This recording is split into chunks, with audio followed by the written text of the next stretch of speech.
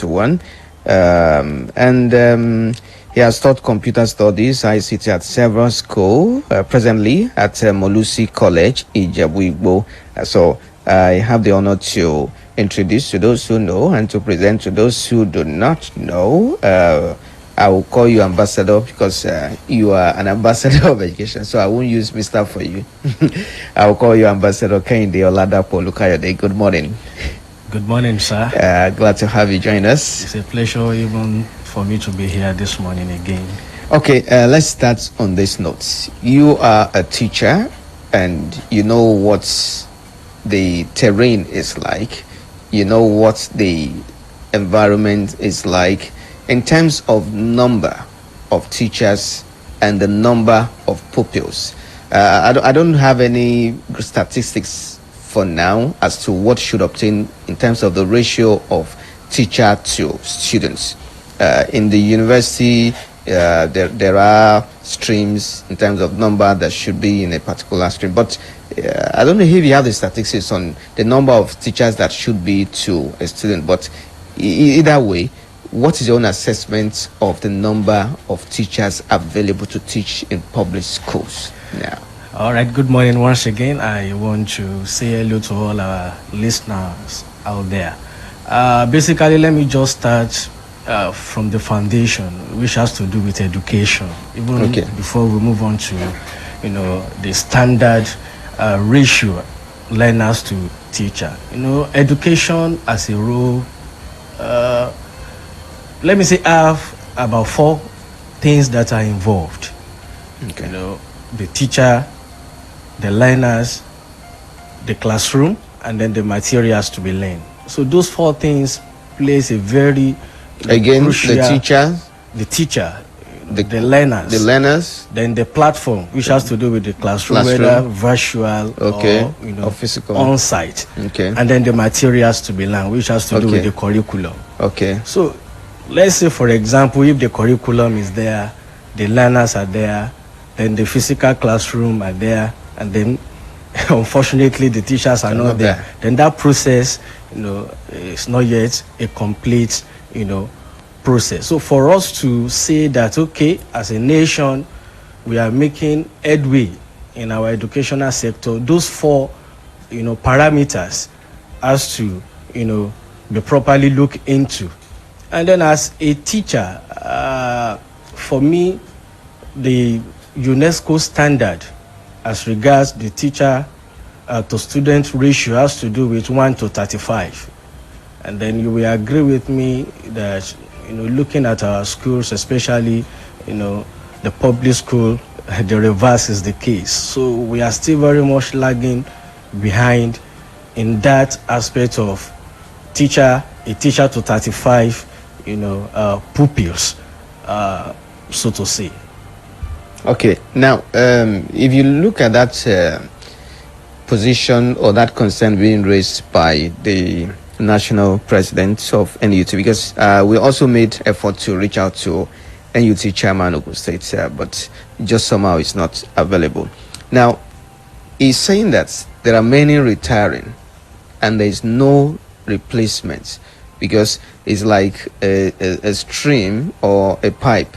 As water is going out, there must be a source, which has to be that there must be a replacement. Otherwise, the whole thing will just become suddenly empty. So, to what extent do you think that this is going to affect the teaching profession, the teaching system in various schools, if you're not having replacements and the older ones are retiring and the new ones are not being brought in? To what extent do you think it will affect the teaching profession? I think that's simple.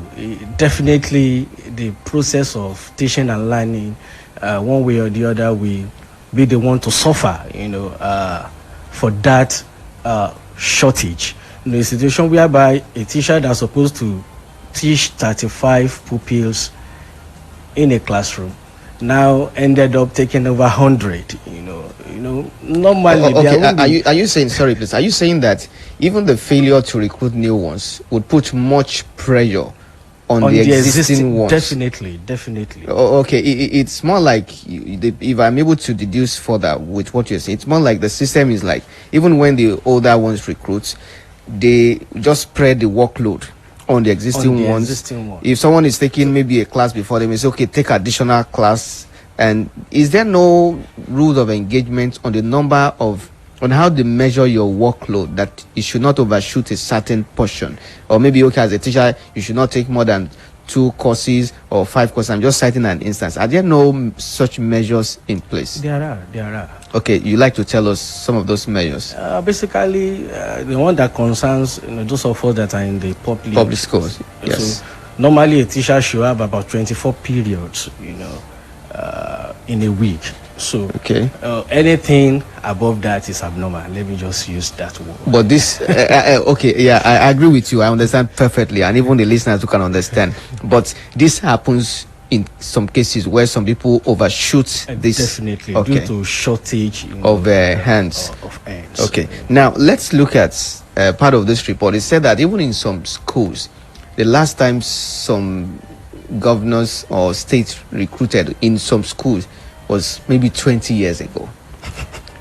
I don't know, with your personal experience, maybe from your colleagues in some other places, to what extent do you think this happens? What is 20 years? No recruitment. And let's even assume that, let's even assume that in such a school, you have maybe like 50% of the working hands that have retired, and you have maybe 10% left, and 20 years. So what's your reaction to that? Well, basically, I want to say that, well, to those of us that are in this part of the country, we're a little bit lucky. I know. You mean in Ogun State, right? I know. Okay. In Ogun State, even employment of teachers is even currently going on. Even about just last week, about 3 teachers, resume in my own very school. And then that has been going on, for some months now. Okay. But be that as it may, I just want to say here that the problem actually is not even from the bottom here. That problem has to do with the system, the whole educational system, the structure, So the only solution, to that is for us to have people that are visionary about education, people that are passionate about education, people that knows that without, teachers are not even only employing people, permit me to say that here, even some of our teachers that are even in school today, if they have better opportunity, they won't think twice, before they just, drop the pen and paper and then, find greener, pasture. I have friends that have been telling me that if they have better offer, they will leave, not that they don't want to stay, but that the low, salary is there, as a teacher, you struggle to achieve a lot. So that alone discourage many, even for them even to say that they are seeking employment, into that profession. All right, thank you so much, Ambassador. You, for how long have you been in the teaching profession? 16 years. 16 years. Now, 16 years, and you rose to the cadre of being named the best teacher in Ogun State. So at the moment, you are the reigning best teacher in Ogun State. How did you get to that ladder or that cadre without, despite the concern around the welfare of teachers, the workload being increased here and there? So, what was what's your mindset that keeps you going? Is it that maybe you have other things that you're doing that keep you fresh like this, or how did you go about yours? Well, in all sincerity, I don't plan to be a teacher. Let me just say I find myself in that profession by accident, though my dad was a teacher. Okay. When you leave secondary school and then you are waiting for admission and then opportunity come. Don't just sit at home, just do something. So I find myself, at the College of Education. We started and then we ended, and then at that very point in time a governor came, and then we have mass employment. So that's how some of us get into the teaching profession. And then one thing about me, even right from my childhood, was I believe in excellence. I think I've said that before here. When you are employed, they don't even post you to your area of abode. So when I was employed, I live in Ijebu, so they had to post me to Agoiwe. So the journey actually started from that place. And let me just say that I'm grateful to God, the dedication, the commitment, and then there is also one thing that I equally need to say here: the mastery of the subject, matter. Also matter. Your own subject is computer. So you, as a teacher, you have to be vast, in that's your specialization. So that also pave, ways, for me, and then couple with the spirit of excellence. Let me just use that word here. Okay, thank you so much. In case you're just tuning in, you're listening to EduQuest, and it's reaching you from Super 96.3 FM. Your family thirst and craving have been speaking with Ambassador Kehinde Oladapo Olukayode, the one who was named the best teacher, Ogun State 2021, overall best teacher by Governor Dapo Abiodun. And we have been looking at the call for recruitment of additional teachers across public schools by the NUT now, and in the midst of so many promises that have been made by Mr. President Muhammadu Buhari, even the aspect of the service years been increased from 35 to 40.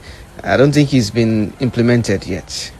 At the federal level, it's been implemented. But not at the state level yet. Not had anything about it. Okay, tell us about the probability of people going into teaching profession. Does it look, there's a difference between people are willing to come into a profession and the employers are willing to absorb them. So your assessments of the will to come into the teaching profession, would you say is increasing or is dropping? You put that side by side with, you have personal relationship with some of the students. To what extent are the students also willing to pick up the teaching profession? Even they look at you, uncle, I want to be like you when I grow up. I want to be like, so do you still hear those things, or they want to be something else? Thank you very much, Mr. Awuyemi. The truth of the matter is teaching still remains a noble profession. It remains, the mother of all profession. It's just unfortunate that out of all profession, teaching how to find, a way, in the position that it is now. I think if there is any profession that should, be well remunerated, it should be teaching profession. Basically, we know the answer to the question you posed to me already. Okay, you know what? Just a minute. Let's quickly go pay these bills. When I return, we'll get into your response. It's still EduQuest. I'll be back shortly.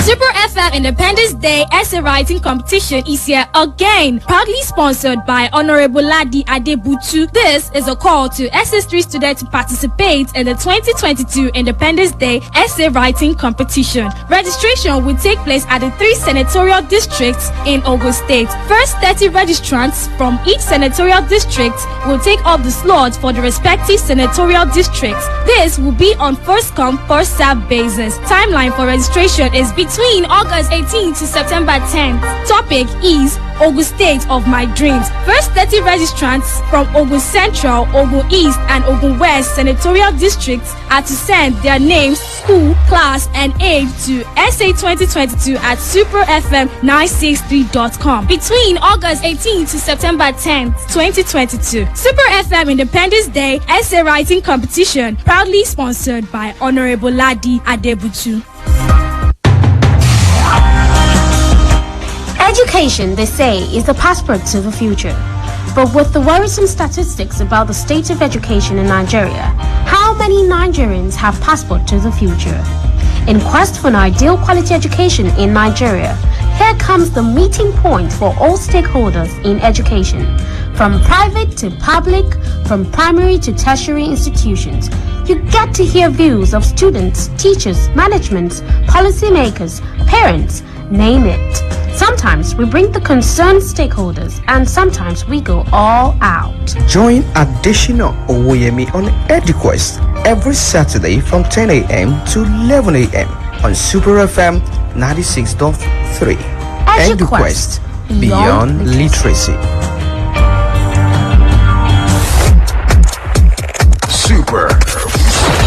Super 96.3 FM.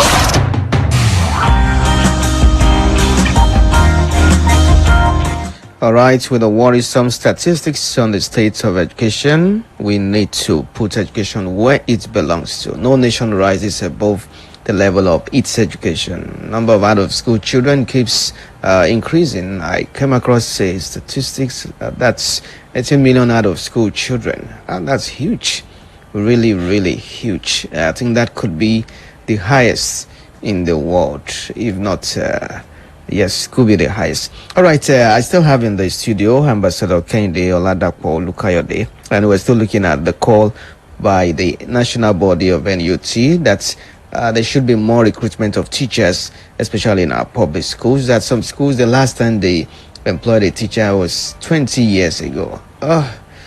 That's a long time. Even the teachers will be tired of not seeing new faces. And the students may come back and still, oh, uncle, you're still here? Auntie, you're still here?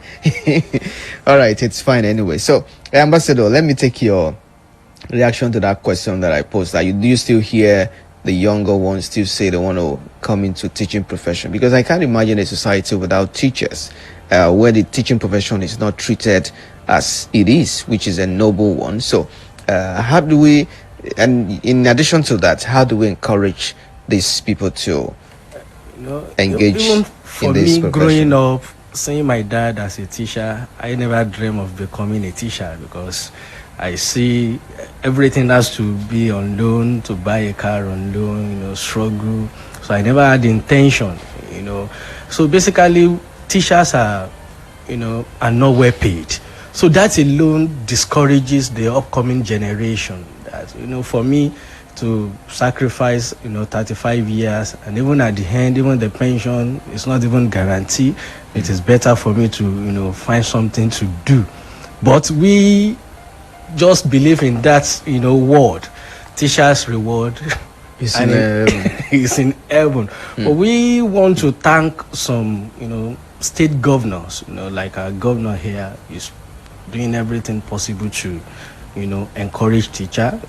You are aware, he gave me a complete 2-bedroom flat last year. So the same also to Lagos State, governor. Recently, I think about 17 teachers went home with a car. So these are some of the things our leaders can do to motivate the younger ones, to come into that profession. But basically, teachers, and even the parent also, they're not even helping the matter. For the past 16 years, I've had the opportunity, of interacting with some parents. Ordinarily, if you see a doctor, let me use that word, the way, a client, will relate with a doctor or a lawyer,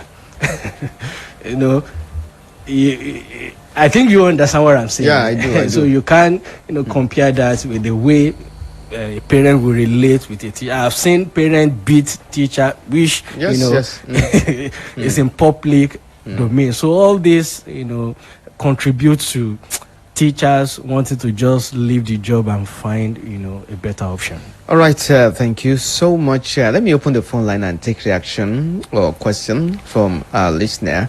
The number to call is 080-586-31963, or you call the line 08111-636-963 to be part of the show. Hello, good morning. So, good morning, Mr. Additional. Yeah, good morning. Yes, and I say kudos to you and the man in charge there. Okay. Teacher has been awarded the ambassador.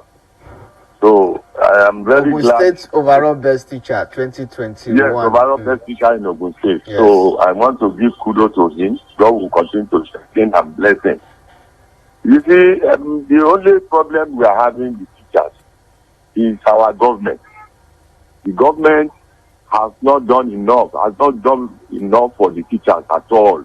You see, I can remember when in Ogun State here, apart from the Abiodun, it was Benja Daniel who I think massively, employed teachers in Ogun State. Since then, classroom has been left empty.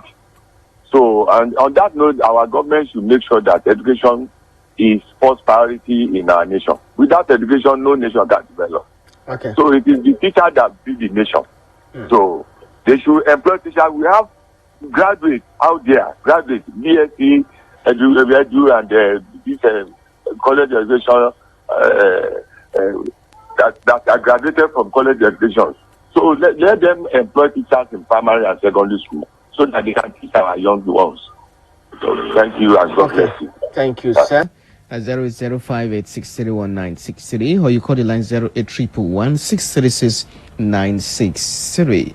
Recruitment of more teachers in our public schools. Are you a teacher? What exactly is your own assessment of the situation either in your school or other schools around you? Or you are a parent and you have also observed the same thing? Feel free to share with us. The number to call is 0805-8631963 or you call the line 081116366963. These are the numbers to call to be part of the show this morning. Let's try to bring this to a wrap. My guest is still here with us, but let's move to another talk that I'd like us to have today. It's still surrounding the welfare. It's still surrounding the value that we place on teachers, and this time around the lecturers that are presently on strike and the meeting they had with the federal government, the fallout of that meeting which ended in a deadlock. I read the report to you earlier that the Academic Staff Union of Universities has said it will not call off its ongoing strike until the salary arrears of its members are paid. ASU National President Professor Emmanuel Osodeke said this while reacting to comments made by the Minister of Education Adamu, who said that the federal government will not pay the backlog of salaries of the last 6 months. The union has been on strike for 6 months now, since February. This is August, so for 6 months now they have been on strike, and the Minister of Education Adamu seems to be towing the part which has often been overflocked by the Minister of Labour and Employment, Dr. Chris Ngige, who is fond of saying that no work and no pay, and he's re-echoing the same thing.